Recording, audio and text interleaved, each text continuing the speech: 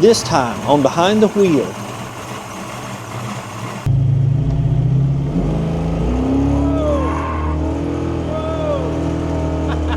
I take a closer look at an exciting ride in a man's car.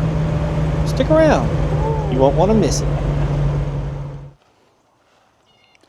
I'm Brad Dison, and this is Behind the Wheel. In 1967, Lyndon Johnson was the president. The Beatles released Sgt. Pepper's Lonely Hearts Club Band. McDonald's introduced the Big Mac, and Mercury introduced the man's car. That's what they called it, the man's car. And I'm talking about this, the 1967 Mercury Cougar XR-7. But we need to back up a few years. In the summer of '62, styling teams for both Ford and Lincoln Mercury submitted design proposals for the T5 project. Now, Ford's styling team's design was selected for production. That car ended up being called, you may have heard of it, the Ford Mustang. Well, Mercury's designers were still interested in their design, which was renamed the T7. They knew it was something special.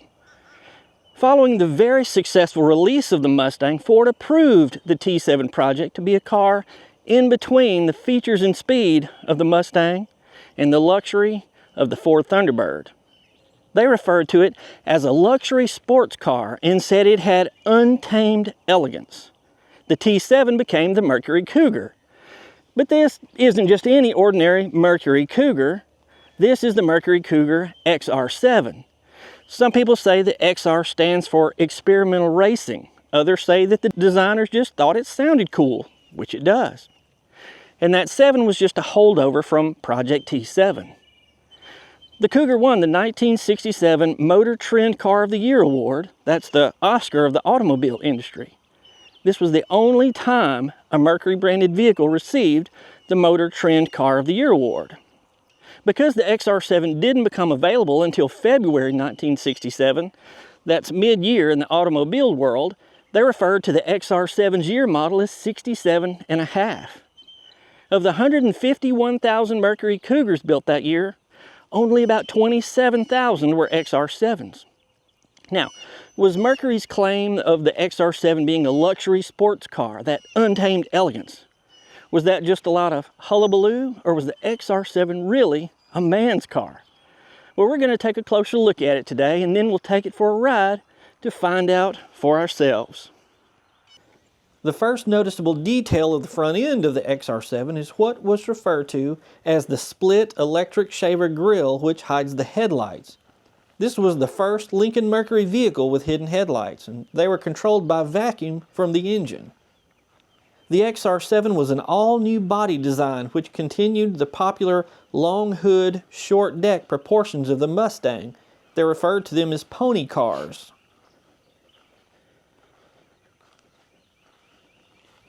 Being the Motor Trend Car of the Year certainly gave the car bragging rights.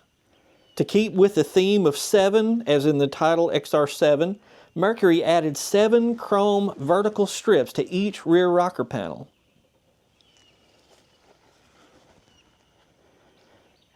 The rear fascia was designed to be similar to the front grille, with its dark lens taillights hidden behind vertical slatted trim. And the turn signals are sequential. The original price of a base Mercury Cougar was $2,855. That was $285 more than the Mustang. Now, $2,855 in 1967 would be just over $29,000 in today's money. But the Mercury Cougar XR-7 sold for $4,500, which would be nearly $46,000 in today's money. Now, that was a huge jump in the price, but the general manager of Lincoln Mercury said, "It is the car for the man who aspires to an Aston Martin but doesn't have James Bond's pocketbook."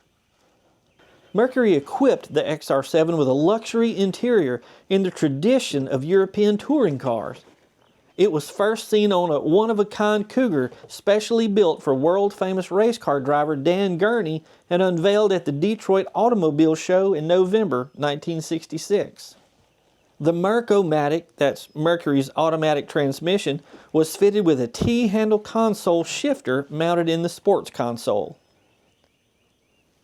A $185 upgrade to the XR-7 added simulated burled walnut trim to the dashboard. This lever just above the dimmer switch actuated the windshield washer pump and cycled the windshield wipers once manually in light rain.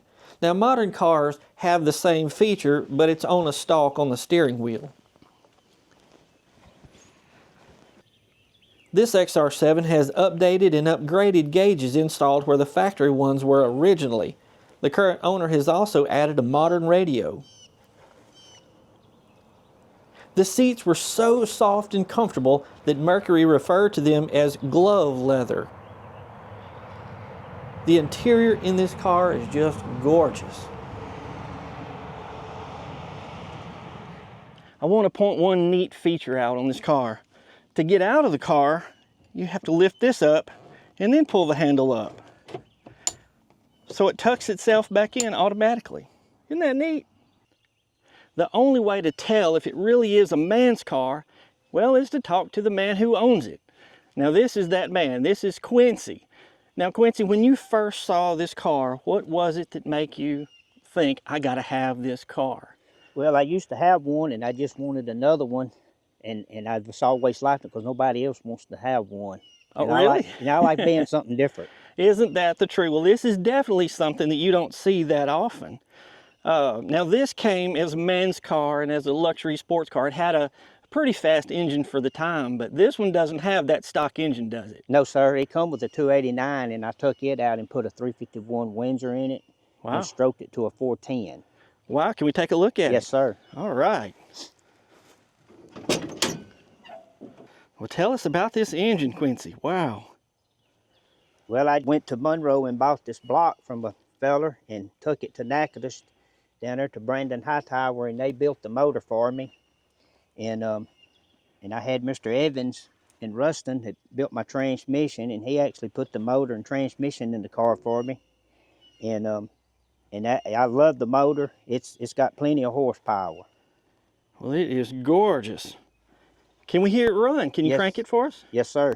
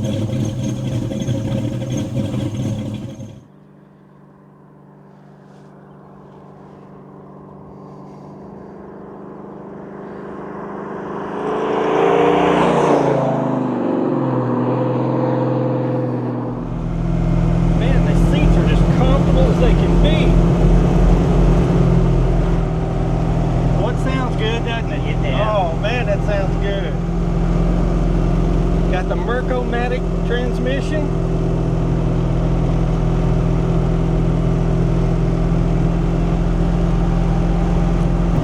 Well, what's your favorite part about this car? What's your favorite thing about it? Because nobody else around here has one.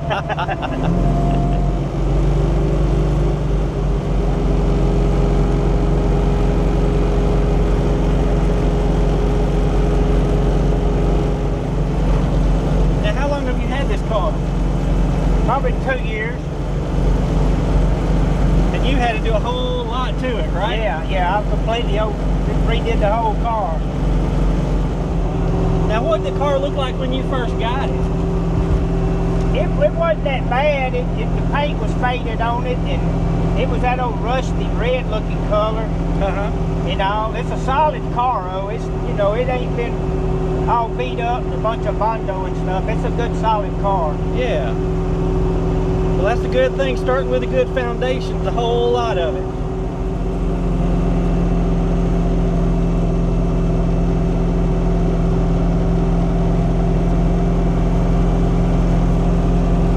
Now, Quincy, you're a painter, and I assume you painted this car, right? Yes, sir, I did. Now, how did you select the color? I'm a blue person, and I just went and to the paint store and told them what color of blue I wanted, and we made this one up a little. It's not the original color it was. Scott from over there at Lashley's did the paint coat for me. Well, it is a gorgeous blue color. Oh yeah. You want me to get on it a little bit? Yeah.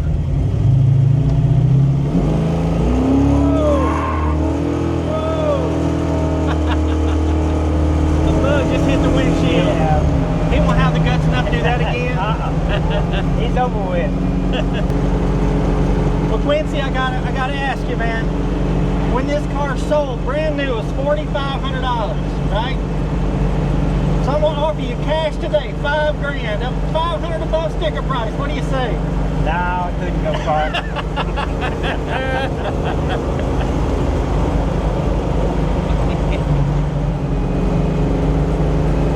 Now, what do people at car shows say about the car?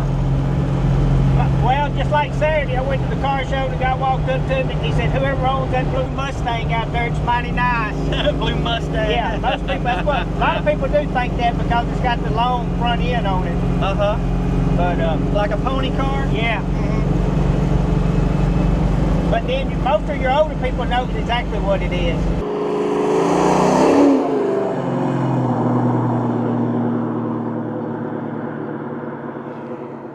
So what do you think about Quincy's 1967 Mercury Cougar XR-7? After our closer look and taking a ride in it, I can see why Mercury referred to it as a luxury sports car. It's fantastic, runs great, it feels great, and I want to thank Quincy for showing us his car today. If you'd like to see more cool and classic cars and trucks, be sure to click that subscribe button. I'm Brad Dison. Thanks for watching Behind the Wheel. Man, what a day.